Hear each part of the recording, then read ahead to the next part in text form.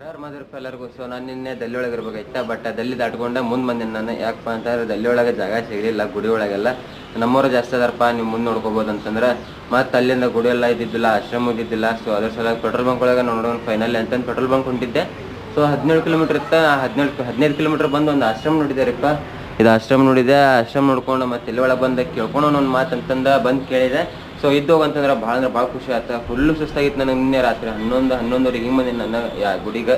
So ನಿನ್ನೆ ಇಲ್ಲೇ ಮತ್ತು ರೊಟ್ಟಿ ಸಾರು ಇಲ್ಲೇ ಉಂಡು ಮತ್ತು ನಿನ್ನೆ ಇಲ್ಲೇ ಮಕ್ಕೊಂಡಿದ್ದೆ. ಸೊ ಗುರುಗಳು ಹೇಳಿದ್ರೆ ಬಿಸಿಲೋಗಿ ನಡಿಬೇಡ, ಬಿಸಿಲು ಜಾಸ್ತಿ ಐತಿ ಇಲ್ಲೇ, ಆದಷ್ಟು ಸಂಜೆಗೆ ನಡಿ, ಸಂಜೆಲಿಂದ ರಾತ್ರಿ ತನಕ ಫುಲ್ ನಡಿಬೇಕಂದ್ರೆ ಬೇಕಿಲ್ಲ, ಇವತ್ತು ಒಂದು ದಿವಸ ಇಲ್ಲಿ ರೆಸ್ಟ್ ಮಾಡ ಹಂಗೆ ಅಂತಂದ್ರೆ. ಸೊ ಅದ್ರ ಸಲುವಾಗಿ ನನಗೂ ಭಾಳ ಸ್ವಲ್ಪ ಪೇನ್ ಆಗಿತ್ತಲ್ಲ, ಕಾಲಿಗೆಲ್ಲ ಸ್ವಲ್ಪ ಸುಸ್ತೆಲ್ಲ ಆಗಿತ್ತು.